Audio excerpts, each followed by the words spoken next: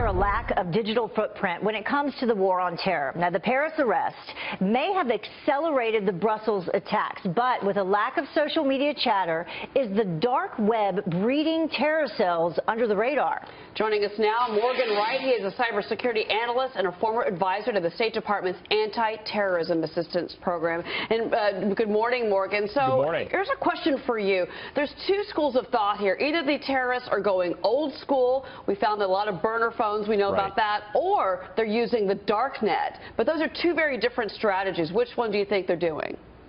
Both. And this is why it's so effective. On the one hand, they've got good, in intelligence parlance, it's called, tradecraft. They've got good operational discipline, operational security. They're using these burner phones on a regular basis, so it's very hard to track. But on the other hand, they understand how to use a lot of the encryption technologies, most likely some of the encrypted applications like Telegram or WhatsApp potentially. And then when you add the dark web on top of this, the ability to put out really hardcore propaganda and to really recruit people, it makes it very tough for our intelligence communities and for law enforcement to stay up with this. And how are they staying on top of what we're doing to track them down? Are we giving out too much information to begin with? That has been one of my concerns. I was speaking at a terrorism conference in Atlanta the day before Paris happened, and I spoke with the special agent in charge of the FBI field office, the U.S. attorney.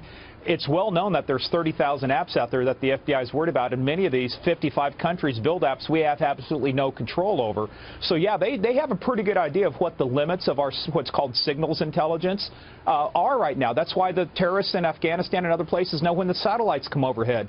I mean, they can actually plan against this, and the old school techniques are actually hurting us. They spend very few dollars and defeat the billions of dollars we spend on all this intelligence infrastructure. Morgan, we know that the FBI is sending counterintelligence officials over to Brussels to assist in the investigation, but if the FBI can't unlock an iPhone, how are they going to be able to help Brussels authorities?